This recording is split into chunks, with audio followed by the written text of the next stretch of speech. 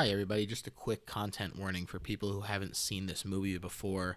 There is a pretty intense attempted rape scene in the movie, and we start talking about it at 49 minutes in. We talk about it for about 30 seconds. So if that's the kind of thing you'd rather not hear about, you know where it is, and you can go ahead and skip right through that. Enjoy the show.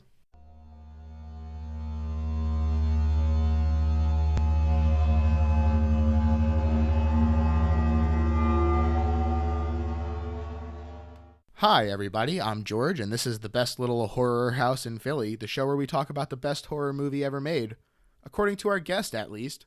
And today's guest is a member of Big Grande. You might know him from the Teacher's Lounge. Jon Mackey is here. How's it going, Jon? Oh, it's going as good as it can. Sure. It's funny because when you picked your movie for today, it didn't even occur to me how relevant it would be. Yeah, So, it's I actually rewatched it today just in preparation, and I was just like thinking about how this could be our future. we still have our 28 days to go, but Yeah. Oh man. before we get to the actual movie, though, can you tell us a little bit about your history with the genre? So I, as a very young boy, had a cousin who was very into horror, and he used to babysit me and my brother. He was probably like 7 or 8 years older than us, and like when I was like way too young to watch horror movies, he would play them while he was babysitting us. And the first one I remember was Child's Play when I was like, I had to be like 7. 6, like way too young. Prime age to get terrified by it. Yeah, and it really messed me up for a long time. And like I've always been like a pretty skittish kid. Like I like when I was younger, I was like scared of everything, and like so like for a long time I was just like, no way. I don't even like horror movies. I'm not going to go and watch them. I'm not going to waste my time. I know they're going to scare me. They're not going to be fun. Right. For like most of my life. Yeah, honestly, I was the same. Yeah, and it to the point where like it's shameful how afraid I was in college and stuff. Like I would like never go like when big groups of people were like, "Oh, we're gonna go see like the new Friday the 13th movie or whatever." I was like, "Yeah, I know. I don't think I need to. I don't think I need to like subject myself to that." But then, honestly, speaking of Friday the 13th, the thing that sort of like got me back into horror movies was it's actually honestly not pretty recently.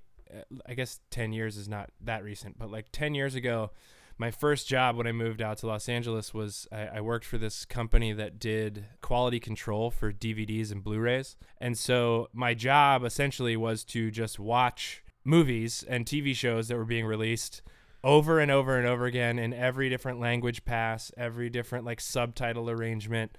I'd check the DVD menus to make sure that all the buttons work. Sounds like game testing, where it sounds like a dream come true until you're Yeah. like, oh god.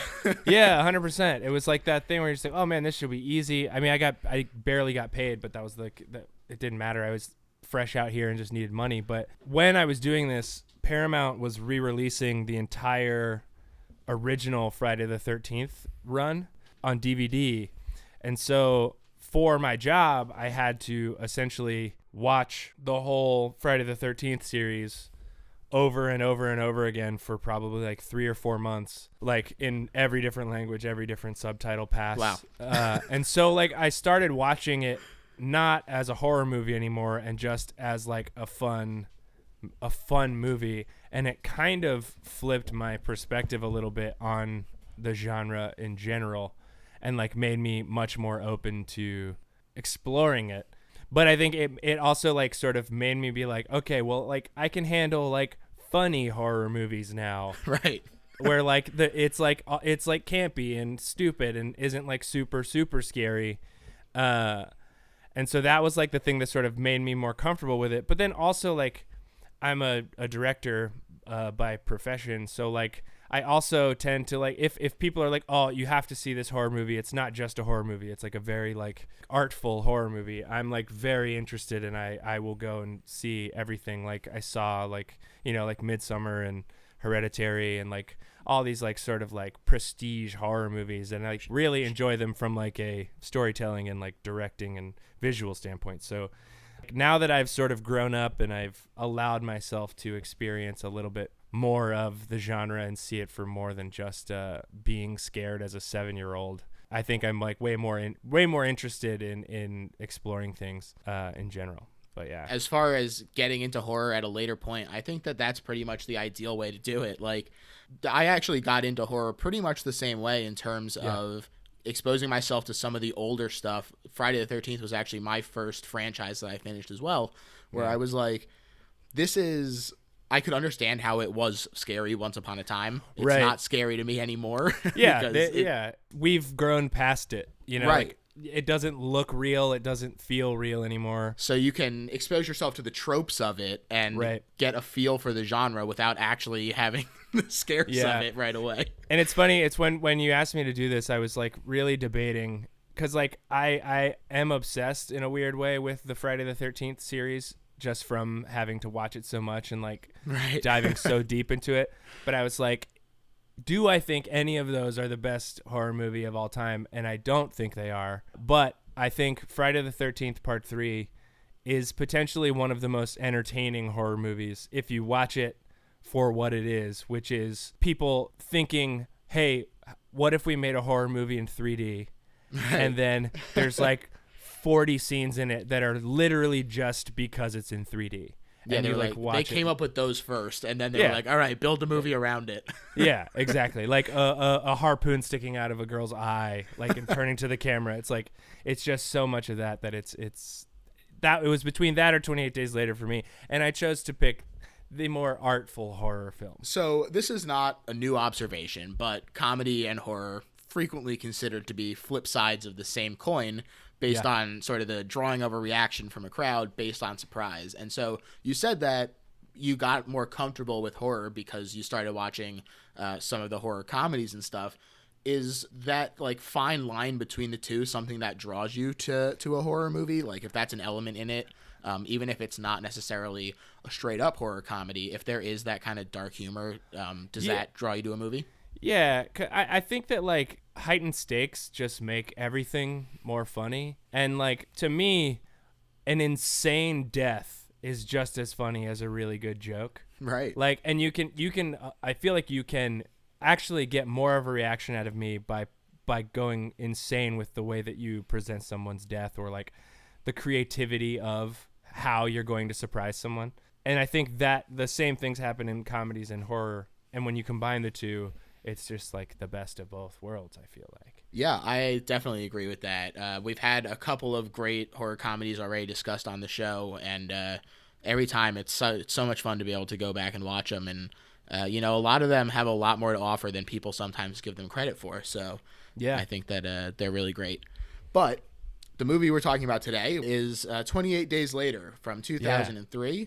This is one of 3 collaborations involving Danny Boyle directing something Alex Garland wrote, including The Beach before this and Sunshine following it. And those are also good movies, but I think that this is absolutely the best of those 3. Yeah, absolutely. Hands down. Yeah, and this was just based very simply on an idea that Alex Garland had for a movie that was about running zombies.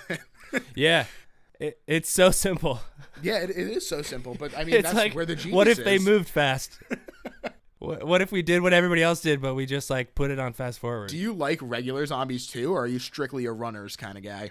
I think I wouldn't say that I'm like a huge like zombie guy in general. Like I'm not gonna sit here and be like, oh, like all the like of the Dead movies are great, or like I mean I watch like The Walking Dead and I think it's great, but I don't watch that show because I like zombies. I watch that show for a lot of other reasons. I think when I saw this movie, it broke my brain a little bit, and it, for a lot of reasons, but like mostly because it just is like so intense, and like you don't realize that like it can be just as like sort of scary and like foreboding when the things can run, and it's almost worse because there's no way you can escape. So it's just everything about a zombie movie turned up to 11. I think the thing that I like the most about this movie is how cheap it looks, but at the same time it's like so impactful and like so well done, but it's so obvious that they like did it so meagerly and made the most of what they had. And I think that that's the coolest thing about watching this movie is just, to me, how it looks and how they did it and all the choices that they made to make it different from like every other zombie movie that's ever been made. But yeah, it's awesome. I really agree with that. And so, like you said, they do a lot to differentiate themselves. Not only do we have running zombies, which is a huge shift in and of itself, but they also shifted away from at this point established zombie lore by pivoting away from the eating people's brains thing. Yeah. Because they were like, this is outdated. We're not at this point anymore. Well, and like also I think that choice, if to me, it's like what I think this movie did is it almost took this like very supernatural thing of like dead people coming back to life and like attacking living people. And I mean, that's not this movie at all. These aren't dead people. These literally are just angry human beings. like they made the zombies not the same. This whole movie is about people. It's not about this like sort of like supernatural force or bug that came back. I mean, it is like a quote unquote virus, but like it's very, very like surface level. Like these are like the virus is called rage. These are people who are just angry and aggressive. Like it's just about humanity. And I it's just that I think is the thing that just like sticks with me every time I watch it. It's just like, this is just about humanity and like society and what's wrong. It's not necessarily just about zombies. It's about people. Yeah. So that's something I think is really interesting as well, is they actively considered the fact that one of the original factors behind zombie movies was a fear of like nuclear power and the possible effects that it would have. But in 2003, that's not on people's minds. Instead, they use modern fears like the fear of disease, like a viral pandemic, and just the anger that seems to be permeating culture. I mean, it's not that long. It's 2 years after 9/11. It's like the fear is people. Yeah, and it was being filmed during 9/11. Yeah, it's like this is like when you don't need to be scared of like this like sort of cataclysmic event. You need to be scared of the people around you, because they are the most evil. Yeah, they were inspired by like anthrax attacks and bioterrorism scares in London that were like specific events. And they said that they were influenced by the Romero movies. Garland specifically said that he watched them a lot growing up, but that zombies were out of vogue in the back half of the 80s when he was like really like in the prime age to be watching these horror movies. And so he kind of fell out of them, but then he actually played Resident Evil when it came out, and that brought it all back for him. And so when you look at this movie's like cultural status, it's really incredible the way that it totally started the zombie revival that lasted for almost a decade. Yeah. This is kind of the tipping point that led to Shaun of the Dead, the Dawn of the Dead remake. Those came out a year later. And then there were also books like World War Z, Pride and Prejudice and Zombies, the TV shows like Walking Dead. And it really just changed the path of pop culture in a really indelible way. And I think that comes from like going back to talking about how like I liked horror movies that like sort of embrace the camp. Like I feel like this movie did exactly the opposite and was just like, hey, no, like zombies aren't like cheesy and like stupid. They are legitimately scary and terrifying and like and very grounded and like real. And it took this thing that had become like a joke and made it like very serious again. And I think that is kind of what made zombies come back, was when people were just like, oh shit, like actually this is like, they did this in such a cool way that I'm not embarrassed to think this movie is cool, because it's not cheesy at all. It's just like super, super grounded and like real. And they made it cool. They just made it cool. They did. And that groundedness comes from, like you said, a lot of it has to do with just the way it was shot. Yeah. This was actually one of the first mainstream films to be shot entirely digitally. And really, the only two mainstream films before it that did the same thing were Attack of the Clones and Once Upon a Time in Mexico. And there were two reasons, they said, for choosing digital footage instead of film. And the first was aesthetic. They said that the harshness of the footage they felt really suited the apocalyptic urban landscape, and it helped to convey the tone, saying the general idea was to try and shoot as though we were survivors too. And it totally comes across. Yeah, because it like the whole first like opening sequence, like it feels like every shot is from like a security camera or like a camera that's just like sort of laying on the ground. They do such a good job, and like that the visual texture of it. It also feels like, I don't know that they shot it in HD, or was it shot SD and then blown up. I'm not even sure, but it has this like pixelated lo-fi texture to it that just like makes you feel like you are just like a guy sitting behind like a shitty DV camera watching this stuff really happen. And it's man, it's so good. It looks great, but it also had the added benefit of shooting with standard cameras would have pretty much been impossible. I was reading an interview with one of the producers, and he said that the police and the local authorities were quite happy to help us because we could set up scenes so quickly. We could literally be ready to shoot with a 6-camera setup within minutes, something that was not realistically possible if we were shooting under restrictions of 35 millimeter, would take a great deal more time to set up a single shot. And I mean, when you look at the way that they have to shut down like these parts of London. Yeah, like man, when I was watching it today, because I remembered like reading somewhere that there was like one shot in that opening sequence where you can see like a car passing in the distance, but it's like I was like watching specifically for that, and I was just thinking there's like shots in there that are like 4 or 5, 6 blocks of street that is completely shut down in the middle of London. I can't even imagine what that process is like, especially considering like the budget they had. Like their budget was like insanely small. And I did see there's one shot where you can see a car passing very far in the distance. It's like sort of in the left side of the frame, and it ruined the movie for me. But but yeah, no, it's really impressive. Like because you do think like so much went into that opening sequence, but they were shooting like every scene with hidden cameras inside of a car or like in a pile of trash on the ground, like, or up mounted to the corner of a building. They were able to do so much cool stuff because these cameras are like nothing. They're like little babies that you can just tape to the wall. They had to put so much into just creating these shots so that they could shoot them. For those scenes in like the heart of London, they would close the roads at 4 a.m. and they had exactly 1 hour to get set up and shoot. And even at 4 a.m., drivers like clubbers and stuff going home were like pissed about being asked to wait for up to an hour or find another route. So the producers was like, hey, let's get some babes to tell them and they won't care. Apparently it worked. I mean, hey, it shows that they use some babes. And for scenes on the motorway, however, they needed daylight. And so they got permission for one Sunday morning between 7 and 9 a.m. The police had to slow traffic from both directions, and using 10 cameras for those 2 hours, they got 1 minute of usable footage. That's so insane. I mean, that's like the like coolest thing about making movies in general to me. What you do, like problem solving. Like we have an hour, we have to shoot our movie. How do we do it? And then to see how it came together. Just rewatching even just the opening sequence today, I was just like, man, the soundtrack and just like how perfect it just sets the tone is just really is something else. Yeah, and I want to talk about this intro because one thing I like that it does that I think is really interesting is that not only does it not do opening credits, there's not even a title card. They really launch you right in. Yeah, well, the title card is it's 28 days later.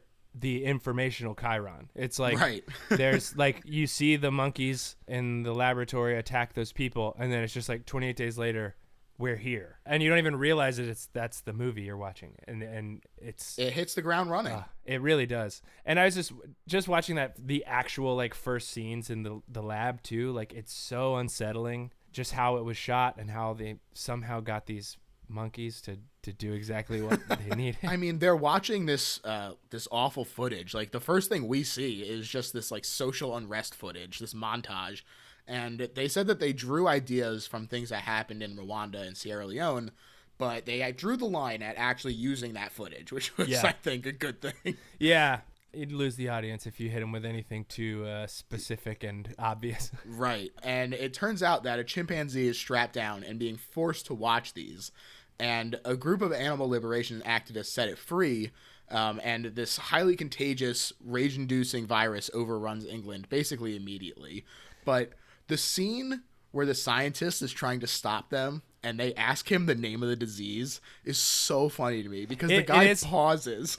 He's like begrudgingly, and he's like, well, see, here's my thing. I think that what we are meant to take from that though is that there is no name for this virus. It is not even necessarily a virus. It like because he says there's like I can't remember the exact words, but he basically says like they're on like a like some sort of I can't remember the words he uses, but essentially what it sounds like is he's saying like they've been like modified to like not anti-inhibitor or something like that to inhibit their like rage impulses. So it's like, to me, it's like him just being like, I don't know what it is. They're just angry.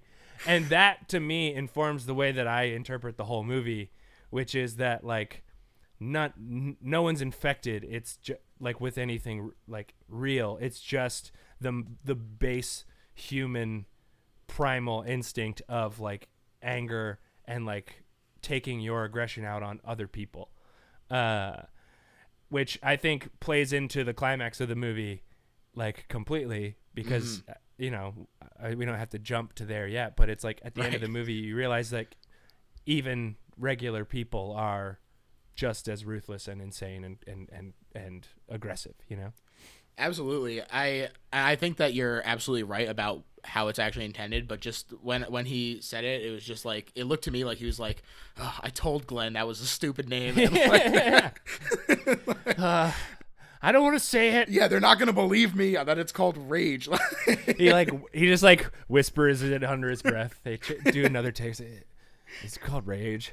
It's called Rage. I know what it sounds like, but you guys can pick another one. Tell them it's something else. But it is real, and they said that they patterned it on Ebola actually. Yeah. And that blood out of the mouth and the eyes. Yes. Yeah, and it can be passed among all primates. So very very close to it. And in the graphic novel I was reading between this and the sequel, they actually say that the Ebola virus was the basis of their experiments that they used to like carry the thing that inhibited their rage thing. So it's kind of like Ebola plus, and that plus is what makes them broken in the brain, that lets them just feel this rage so completely, and it's scary stuff. Just man, the shot of the monkey running down the little window tunnel in the cage and jumping out on the woman, it's very intense. And again, it's also down to like they do the like sort of high shutter speed effect on these like shitty cameras, and it looks awesome. It just completely changes the aesthetic of the movie when they go into these like sort of rage montages, which are so cool. And it's like the first time I'd ever seen something that like did that like communicated a change of tone with something that obvious, you know what I mean? Like they made such a choice for like, when we're shooting something that has this virus, it's a completely different style. And it again plays into the climax so well. They set you up for that climax without you even realizing it in that first scene. The way that it shifts so seamlessly back and forth. I mean, it happens in this very first scene transition, but it happens very frequently later down as well, where you get this really intense kind of action sequence, and then it'll be this very like still kind of thing. And like you said, it cuts to this Chiron 28 days after the initial outbreak. And we just see bicycle courier Jim, played by Cillian Murphy. And he just wakes up from a coma. All dick out and everything. Yeah. It's truly, I remember the first time I saw that, I was just like so impressed that that's what they did. Like that they were just, he's just going to be laying there all frail with his wiener hanging out. Yeah, he's naked a lot in this movie. Yeah, he loves his own naked body, I guess. Hey, good for him. We could all use a little of that. He's great physique. Yeah, and he finds the city deserted, and these shots they just look so good. But it's so funny. Like, it feels like The Walking Dead, like, just shamelessly plundered it with the I remember, Don't Dead open inside scenes from the pilot. When I first watched The Walking Dead, I watched The Walking Dead before I read any of the Walking Dead books. And so I was truly blown away. Like, 28 Days Later is truly like one of my favorite movies. And so like seeing that and just being like, wait a minute, like they know that 28 Days Later is a thing. They know that it's a movie. It already exists. How are they just doing this? Just like so brazen. Like this is just 28 Days Later, but with a Southern guy. Homage. Yeah, it was crazy to me. But I think 28 Days Later does it better because it's it just feels more real and like sort of in it. It does. And these scenes of him wandering around, it just has this incredible rising tension where Yeah. he can't find anything. And as he's wandering, the scale of the shot gets wider and wider and wider. Yeah. And so you can absorb more of it and more of the emptiness. And Yeah. just the way that they play with this scale, I think, is really fantastic. And the music. I mean, this is the first time I ever heard Godspeed You Black Emperor, like that band. And this song is the most perfect song for this like slow realization of like reality, like where you are skeptical and there's this rising tension of just like seeing like sort of your worst fears realized moment by moment. And then like the sort of just like weight of the realization that you are like truly alone in the middle of this like empty city with no idea what's going on. The music is just like so perfect. And like the way it's timed with his performance, and as these shots get like more and more like big scale wise, it's just like, man, it's so effective.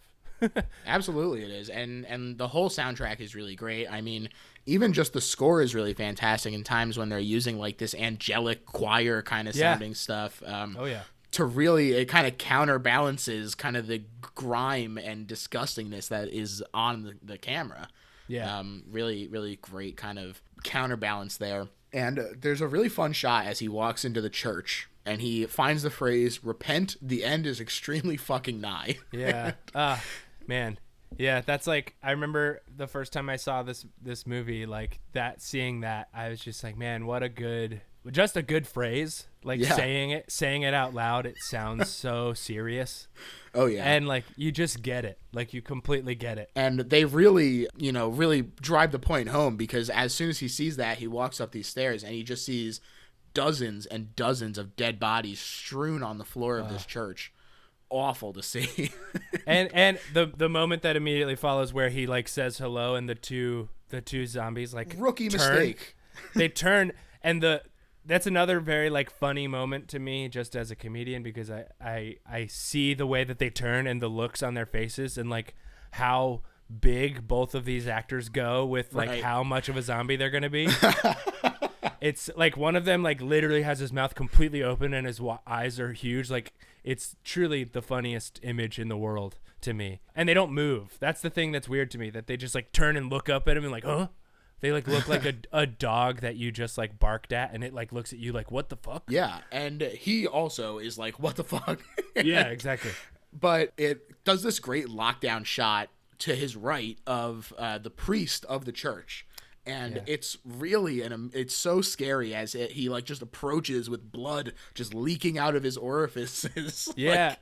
And I think like you think about like the performance on like Cillian Murphy's part in that moment, because he's like accepted reality, which is that he feels like he's alone. And then he's confronted with this thing that like he has to either choose to be like, this is real and this is scary, or this is not. Like, it's such a crazy thing to be confronted with. And the way he plays that moment of just like being, I'm sorry, like I shouldn't have screamed, or I shouldn't have said anything, and then the guy's just like walking towards him and he's like, oh fuck, like this is legit, like this is real. He's not mad about me yelling. yeah And just the way he plays that moment, like I can't even imagine the first 25 minutes of this movie, I think, are probably some of the most difficult acting moments that an actor could ever have to handle. Like having to know how a person would act in this scenario. And it's not like other people can help shoulder the weight. It's entirely contingent on him. Yeah, he's alone, literally alone, and with other people who are just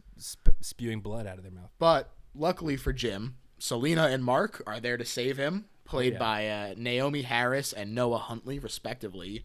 And they just have a whole bunch of Molotov cocktails, and they're bombarding them, and there's some pump and rock and frenetic energy, and it's all just the editing. It's all really working together, really incredible. And it bounces back and forth, like I said, between these nice longer shots during the calmer moments and these super intense quick shots with like a wobbly camera style during these action moments that just works so well. Yeah. I think that goes back to like sort of the whole element of like sort of what it means to like timing in the same way of like in comedy in a horror film, they set you up with these expectations over and over again in this movie, where it's like, okay, things are calm, things are quiet. They tell you that story visually with very like sort of static shots, very like serene sound design and everything like that. And then there's these moments, and it scares you every time, because it's always like somebody jumping through a door, or like something exploding, or like a person that you thought was dead like making a noise and turning, or jumping through a window. It's like they set it up so perfectly, and they don't like shy away from like being unabashedly a jump scare movie. You know what I mean? Like they set you up for it. They're like, we're gonna do that constantly, so just get ready for it. Yeah, in one of the very next scenes, one of the neighbors charges through a wall like the damn Kool-Aid man. Man, that still, even watching it, knowing it was coming, it like this movie, I've seen this movie enough times that I know when every like bad thing is gonna happen, and it still like makes my heart race and makes me scared, because they just do such a good job of completely sucking the air out and then just like throwing a grenade in. And that scene is so scary. It sure is. But before that, they tell Jim about this virus, and they tell him that it's spread completely worldwide. And at Jim's request, they go to his parents' house, where they learn that they committed suicide. And I was like, damn, this note that they left him is so sad. Yeah. Between the score, with Jon Murphy is the one who did the score. I've mentioned it already. He great. does a great job with it. And the sound mixing and editing, the way that they handle it through this whole movie is just really stellar. But like, they make you feel sad about this note, where you're like, I never even met these parents, but yeah, it is like, oh God. And like, that's the interesting thing to me, is like putting myself in this scenario. If I woke up in this sort of obvious apocalypse, which we're doing every day now, would I need to see these things like for myself? You know what I mean? Like, would I need to go home and know for sure that my parents are dead? You know what I mean? Right. And like the idea of pushing through that journey to then just be confronted with what you could have and should have known was true all along is like, it's just so depressing. Yeah. Where it's like, oh my God, I can't, like, even just thinking about it makes me it's sad. like, which is worse, the knowledge of the terrible truth, or the false hope of them maybe being out there and looking for you? Yeah. Like, my old parents definitely survived. Come on. My very old parents, who are barely mobile, they definitely survived. Yeah, they're doing fine. Yeah. They're in a farm upstate, running around. Yeah. They stay the night at Jim's parents' house, and he's wandering around the house, kind of soaking in the memories. And he lights this candle, which attracts, like I said, this guy who comes through the wall, and another one of his neighbors, and through the ceiling. One through the window, then one through the fucking ceiling. Like, they're just on the roof. They're up on the sky. Like, you can't predict them. Can't predict their movements, and that's what makes them so scary. Yeah. And in the fight to save Jim from these two guys, Mark accidentally slashes himself in the arm with his own weapon, like an idiot. If you get a knife in a zombie apocalypse, you're always gonna accidentally use it to kill yourself, or to hurt yourself, maim yourself.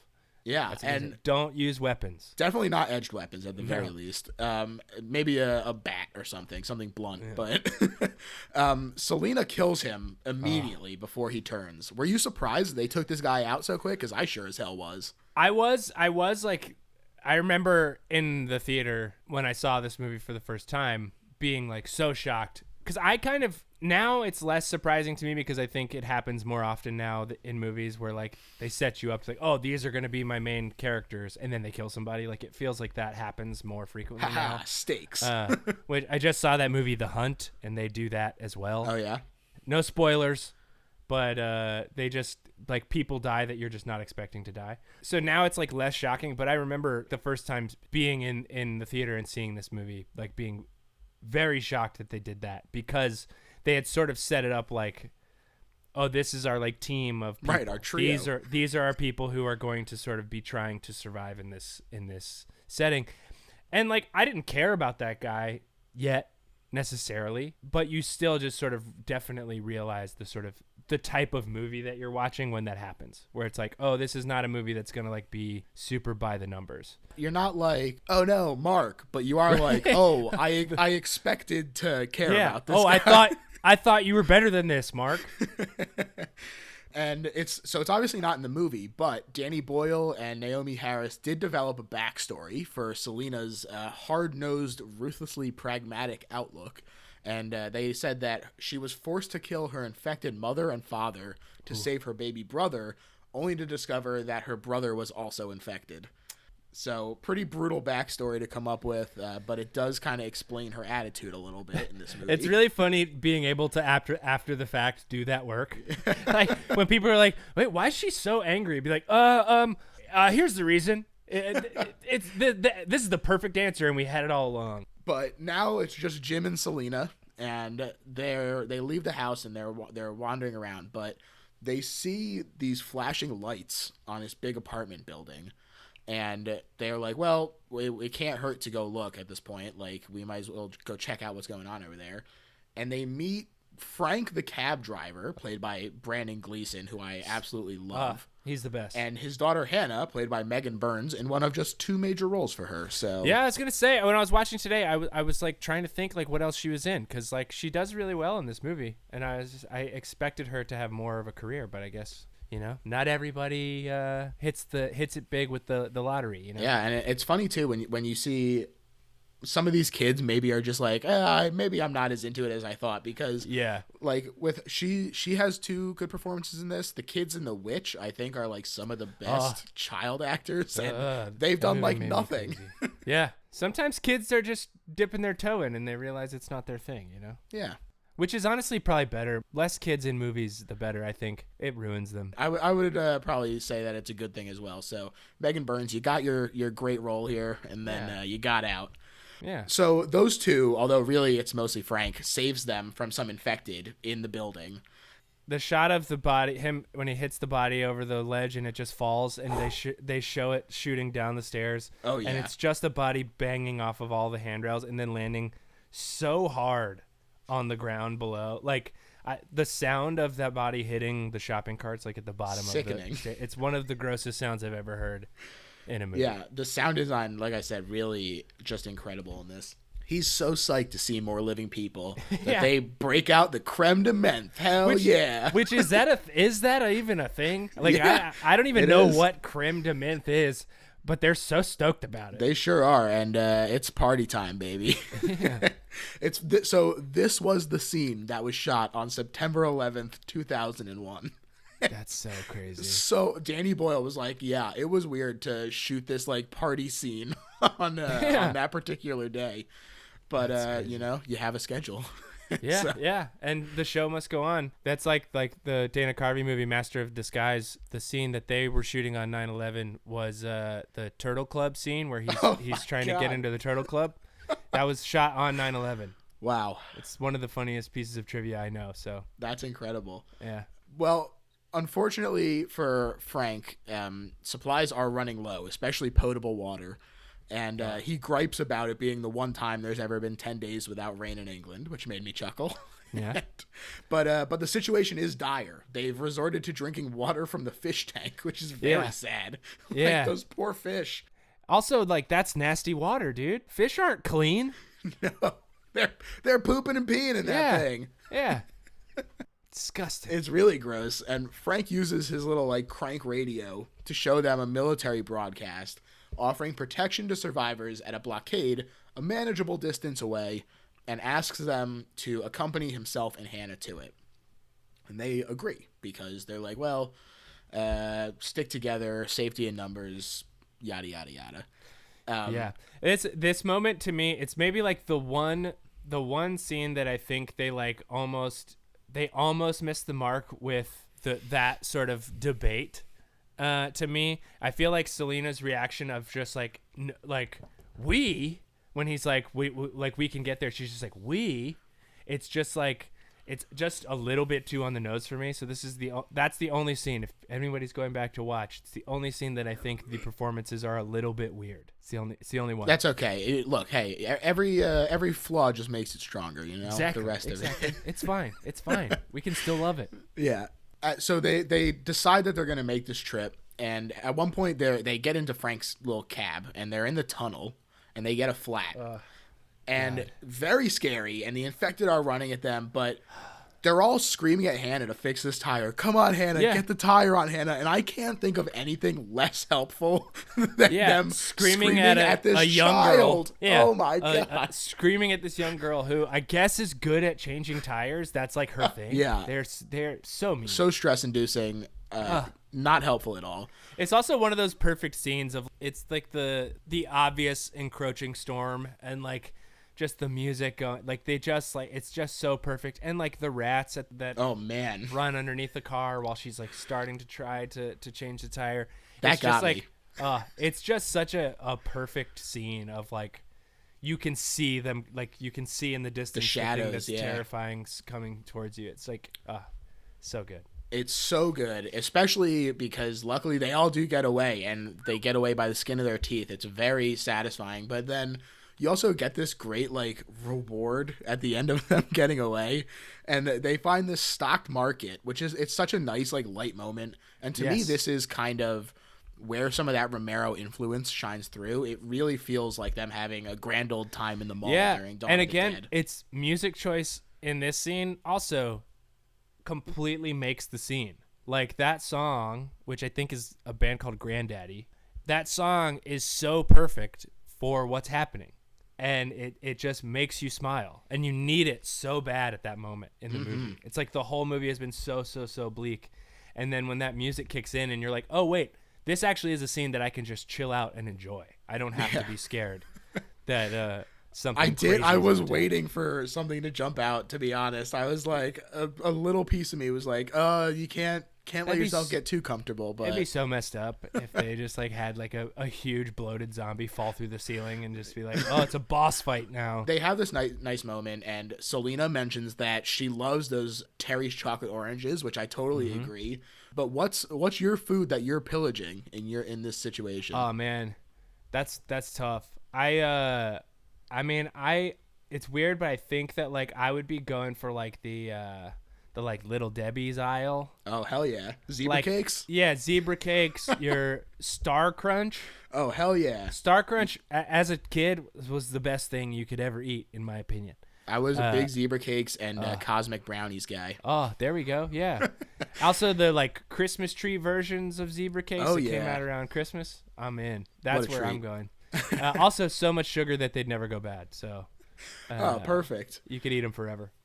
I think that my pick would probably be like one of those big like cartons of goldfish. I just feel like I never really get bored of goldfish, even if they're not like my favorite thing. So yeah, very reliable. Yeah.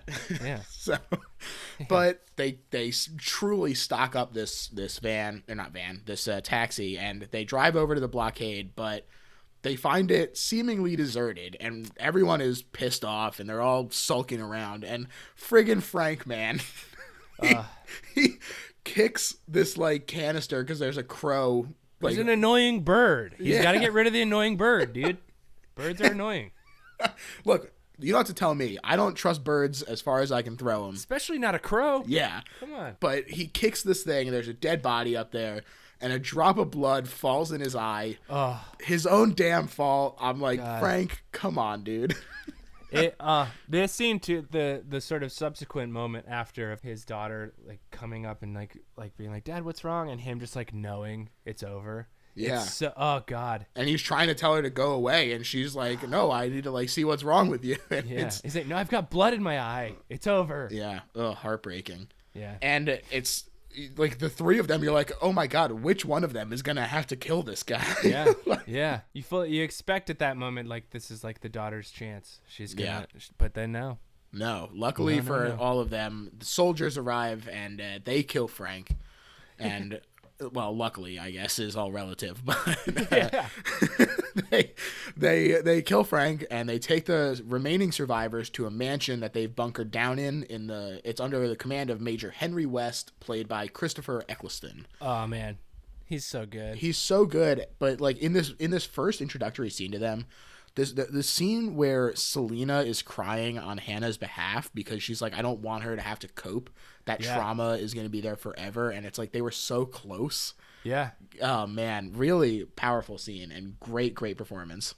This sort of sequence from the moment that they get to this mansion to the end, I think is the reason that I think this movie is so good. because it takes like the sort of common trope of like like in zombie movies of just like, but like people are also really bad. Like the worst enemy isn't the dead people, it's the living people. But it just does it so well that I think the fact that it is sort of tropey and like you sort of know what's coming, they execute it in a way, and with the twist of what happens with Cillian Murphy's character with Jim, it's like that. I think it's man, I just want to keep watching it.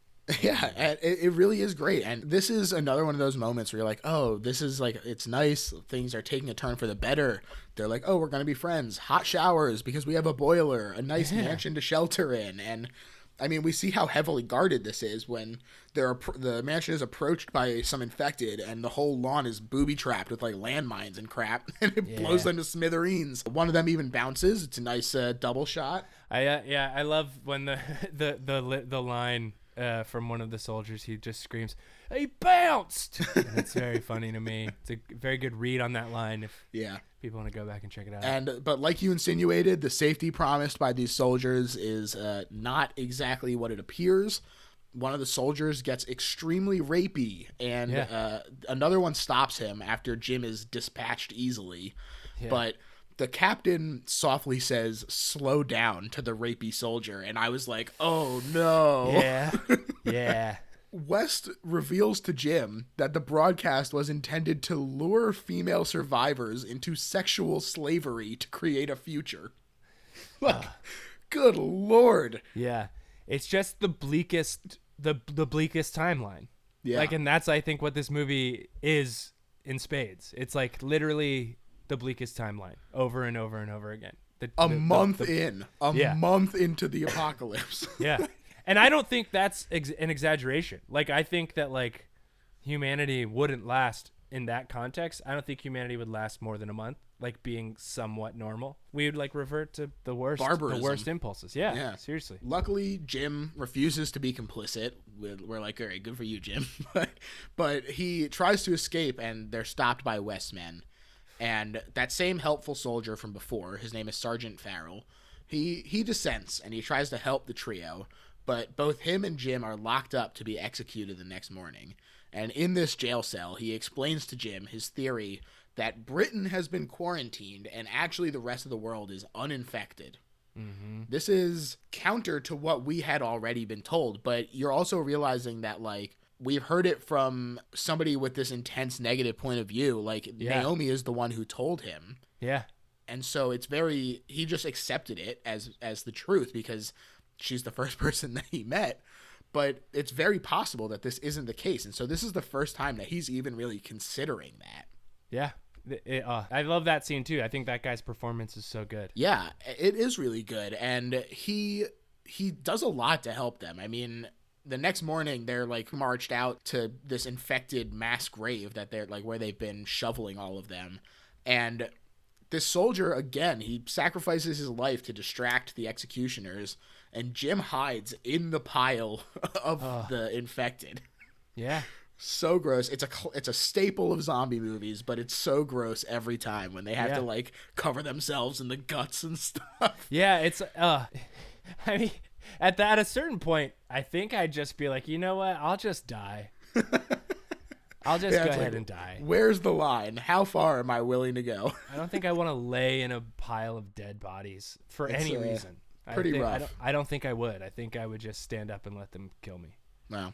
You know, I think that it shows kind of the undeniable hope that he has because he woke up so late into it that he's still kind of like at the perspective of someone only 2 days into this into this thing. Yeah, so, it can't be that bad in his head. So he's got a little bit of an advantage here. But while he's running away after they chase after the soldier, Jim notices a plane overhead and he realizes that this theory is correct. Yeah. Very convenient that the plane happens to pass over at this moment, but I don't care. It's great to see this confirmation, and you're like, oh my God, there is some hope. Not all is lost. Meanwhile, back in the house, one of the worst scenes I've seen in a very long time. Selena and Hannah are forcibly stripped, and they're abused by West's men, both physically and verbally, and Hannah is 14 and they're like talking about how she's gonna be one of their like sex slaves, and it's just so awful. And Selena like forces antidepressants down Yeah. Hannah's throat to be like, I'm not trying to kill you, I'm just trying to make you not care. Yeah, it's like it's like that like accepting the inevitable, but just like making it feel less bad. Just in time, Jim manages to return to the blockade, and he sounds the air raid siren to scatter the soldiers, so they go off looking for him. West tries to flee, but he finds his Land Rover was sabotaged by Jim, and the infected are starting to arrive, so West goes back into the mansion.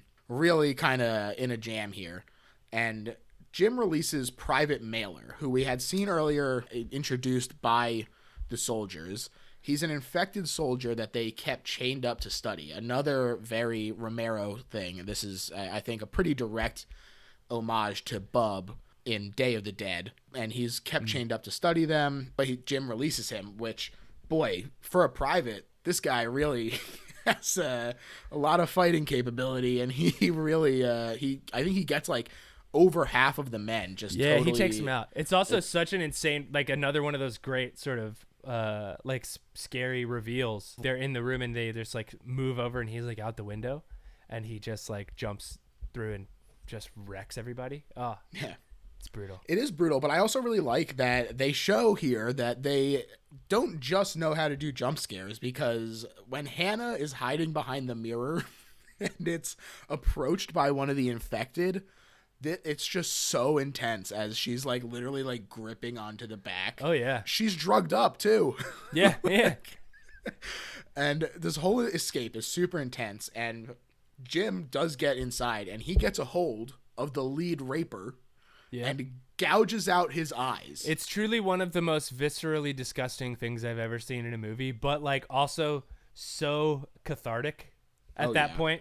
When the camera pans down from him and then they actually just like show him with his thumbs in this guy's eyes, it's like simultaneously like you literally are just like disgusted but also like cheering at the top of your lungs that he just like did this to this guy. And also the coolest thing, kind of getting back to what we were talking about before, at this point in the movie they've started shooting Jim as if he is infected, which I think is like the coolest choice they could have ever made. Every time he is fighting anyone or like doing anything, they're shooting it with that same like sort of high shutter speed, like very shaky camera vibe.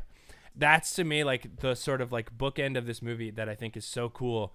They introduce this idea that this is how they shoot people who are infected with this rage virus. They shoot them in this style. And then when Jim is just full of actual rage towards these people, he's shot in the same way, sort of like solidifying that sort of like visual metaphor of like he now has this virus, but it is his own sort of expression of what it means to him, kind of, without him actually being infected. You know what I mean?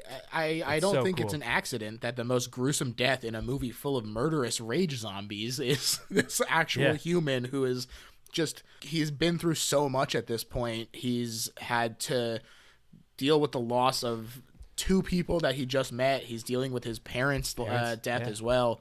The whole just adjusting to the fact that the world is over as far as he's concerned. It's no surprise that he needs this kind of release. And I also don't think that it's an accident that they had mentioned this drought. And finally, when Jim lets loose, the clouds let loose as well. And it's pouring during this whole scene.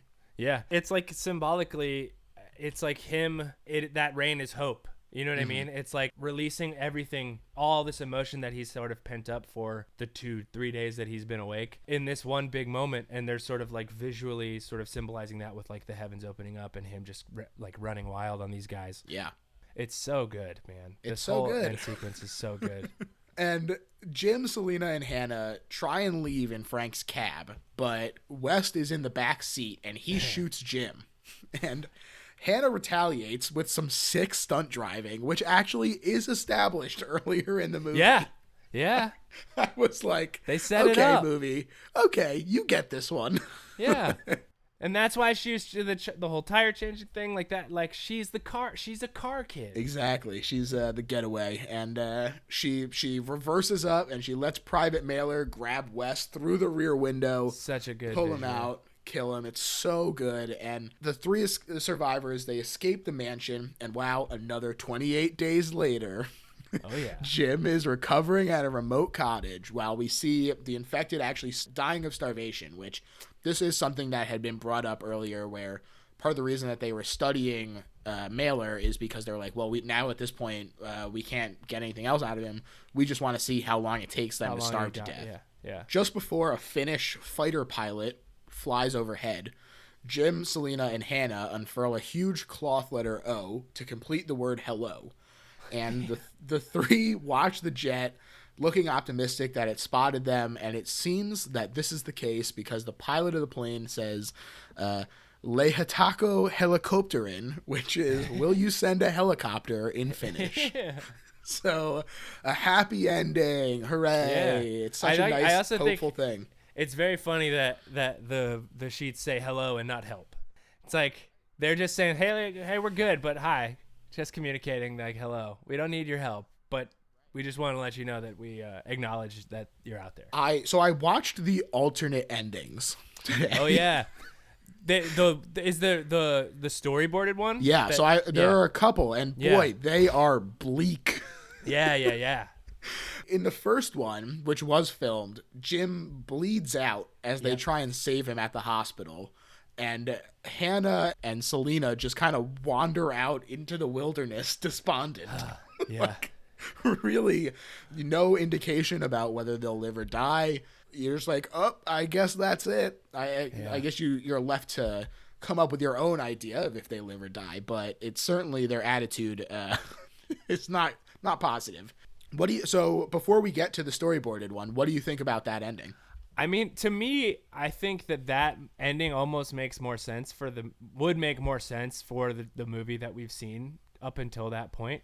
But I also understand that like ending a movie that is so emotionally draining with an ending like that, I think would have had people leaving the theaters being like, man, I don't know if I like that movie. Like there's just that amount of like hopelessness I think is too much.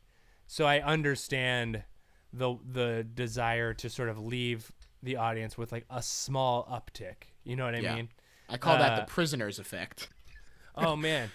Yeah. And so there's also this storyboarded, radically different ending. And they were trying to think what would happen if the soldiers never entered the story and they just kept it to this small group. And the branching happens when Frank gets infected. And instead of him dying, Jim just beats the crap out of him and then ties him up. Yeah. And the barricade that they're at was at the animal research facility. And so they're like, okay, the message said that the answer was here, so we're going to look for this cure. And they find someone locked up inside the room, seemingly totally fine, just has the supplies to wait it out. And he is not interested in helping them, but he does reveal that the cure is a full blood transfusion, every single drop. Yeah. This is because all it took was one drop of blood from an infected person getting into his eye, and so it has to be complete. And Jim sacrifices himself to save Frank so that he can be reunited with his daughter. And they get let into the like little room that this guy had built for himself. Boy, another real downer, even though Frank gets to come back. Yeah, it's like, I mean, a cool idea, but also it's like, I think that ending is both bleak and not right for the story, in my opinion, because it doesn't really, it allows like redemption, but like for a character who doesn't need, like why do we want Jim to sacrifice himself? It's like it's not like he's like redeeming himself for anything with that choice. Right. And like, so like with the ending that actually is in the movie, it is like the ultimate catharsis for him. You know what I mean? Like Absolutely. For him finally, like sort of probably some sort of metaphorical, like sort of emotional release. You know what I mean? Like where he's like dealing with the reality of like losing his family and everything. And he's like, it's allowing him to sort of like release all of that and sort of get back to life. So it like, I feel like that's a cool ending, and it probably would have been really cool, but I just don't think it's the right ending for the movie. Absolutely. I totally agree that the one that they landed on it's really great. I do like the ending where Jim dies in the hospital, but like you said, I think that it does need that kind of element of hope. I understand why that other one tested poorly, which is what I was reading. Yeah. Was the reason that it got switched, and I think that it's the right move. Like you said, I think that it does add a lot to it. And John, we've now reached the point where we kind of sum up why this is the best horror movie ever made, because we've talked a lot about the little elements that make it really great, but it's our time to now just completely put a bow on it. So I'll let you kick it off for us. I mean, I think to me, why this movie is so good is that it is a good movie more so than it is a horror movie. To me, it's so spot on in terms of how it tells its story, how it engages the audience, and how it makes you sort of follow along and sort of hold these characters' hands on this ride. That to me, as a person who is not I'm gonna go see every horror movie and I love getting scared, it's so good as a movie that it tricks you into being oh shit, I loved that horror movie, which I think is the sign of a good horror movie to me, is a movie that even if you don't like horror, you can watch it and be man, that movie is so well made and so well produced and put together that I enjoyed it, even though I hate being scared. And I think that this is one of those movies that just is so immersive. It feels like a roller coaster. It actually gives you the experience of riding a roller coaster, and you forget that you're watching a movie that's scary, that you are being scared. It's just you are in it and you're just sort of completely at the whim of this movie. And I think that's due to the visual style, the sort of sound design and score, and the performance. I think the performances are all really, really good and so interesting and subtle in a lot of ways. And the timing of those scares, it's not so frequent that you're just so exhausted by them. They always sort of push you into the next sort of story beat, as opposed to it feeling cheap. You're getting scared now because we're raising the stakes. And I think that that's a thing that I hate in a horror movie is a movie that I don't feel is earning its scares. Definitely. And I think this movie is one of those movies where every time you're being sort of scared intentionally, it's because the stakes are being raised. Every time, the church, his parents' house, the tunnel, and then everything in the mansion. Every time you're being scared, it's to ratchet up the tension for the beat that's coming. And I think that is a thing that a lot of horror movies miss the mark on. They're just scares for the sake of scares. And this movie is one that it's scaring you just to remind you to stay invested. You know what I mean? Absolutely. Yeah, I definitely agree. And I think that, to me, this is the best horror movie ever made because it throws you in and doesn't let off the brakes until it's story relevant. You're thrown off balance, and it just does such a great job of establishing this world and of making you feel the same sense of isolation. You go through these emotions with Cillian Murphy's character so perfectly, where you're oh my God, he's alone. And then when the people show up, you're wow. Oh, thank God there's people. Exactly. Yeah. Yeah. And then they take one away and you're oh my God. All of these emotional beats are communicated so well and so thoroughly that it's so easy to lose yourself in this group dynamic. And then for it to take this shift into exploring that humanity is the real monster kind of thing, and being able to do that in a way that doesn't feel cheesy and doesn't feel overdone. That's the thing, is that a lot of these zombie moments that happen in this movie are executed in such a way that they don't feel tropey, which is super important to a movie. Well, and like because this. I think that this movie never jumps the shark. You know what I mean? So many horror zombie movies are built on ridiculous set pieces and characters that just don't exist. You know what I mean? Right. It's you meet the character, the big bad guy, and he's a guy with a leather jacket and a mask that he made out of the bones of his dead friends, and he's got a gun that's not a gun that you've ever seen before in the real world. They're caricatures. This movie is what if it's so realistic. It's what if zombies were real? What would happen? And this is exactly what would happen. It doesn't have to be over the top to keep you entertained. It's almost the opposite. it like is so relatable and like real that it keeps you invested. Yeah, that relatability makes it feel so timely right now, especially, Yeah. I mean, first of all, there's a pandemic happening. Yeah. So, Newsflash, everybody. In case you haven't looked at the news. yeah, strike one. If you're in a coma and you decide that the first thing you're going to do is listen to this podcast. Isn't that crazy that that's actually true, though, that there's people out there who are in comas who don't even know what's going on? I know. It's why the people who were in the German Big Brother house. Yeah. And Jared Leto also apparently was on a silent meditative retreat. Wow. Yeah. He's experiencing this right now. You have all this, and I mean, I am on Twitter, and that negative feedback loop exists so much on Twitter. You're so constantly exposed to negativity that even without realizing it, you can wind up being snarky and shitty to other people who are in your not only web presence as well, but also that can carry over into real life in the way that you're treating real people in your real life. Yeah. And that kind of virality, that viral nature of this awful feedback loop, I think is exactly what's on display in this movie. Yeah. And God, just the relevance of it, it was really like, it shook me. This was my first time seeing this movie. Oh, really? Yeah. Man. Whoa. So I was like, man, and this it's even is like intense. Even down to like the sort of perspective of West, like Major West, like the perspective of I don't care about these like regular people who I am like attracting to my thing, like my compound. What matters to me is my friends, like my friends being happy and my friends having women to have sex with. It's like such a real analogous situation to like the people right now who are just like, I think we got to open the economy back up and who cares if people die? You know what I mean? Yeah. It's like, it's the same thing. It's the same impulse. It's like, I got to make sure my buddies get theirs. So I don't care about these regular people who I've like duped into thinking that I'm going to save them. It's really, it's so brutal. Grease the wheels of society with the blood of those less fortunate. And it's very much communicated in this. And to me, that makes this the best horror movie of all time.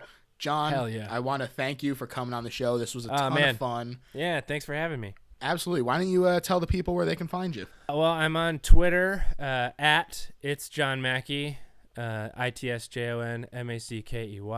You can follow me there. You can also follow Big Grande, who's the guys I do the Teachers Lounge with. We're at Big Grande Tweets on Twitter.